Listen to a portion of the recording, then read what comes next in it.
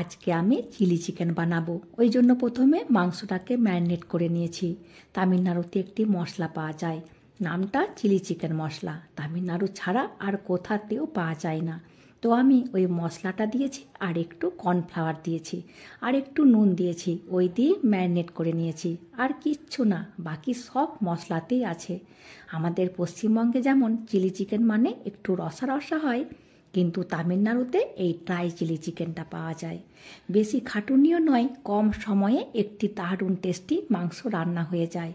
আর যে শুধু মাংসর চিলি হয় তা কিন্তু নয়, উচ্ছের হয়, আলুর হয়, ফুলকপির হয়, সয়াবিনের হয়, বেবিকর্নের হয়, আর কটি বলবো, মাছের হয়।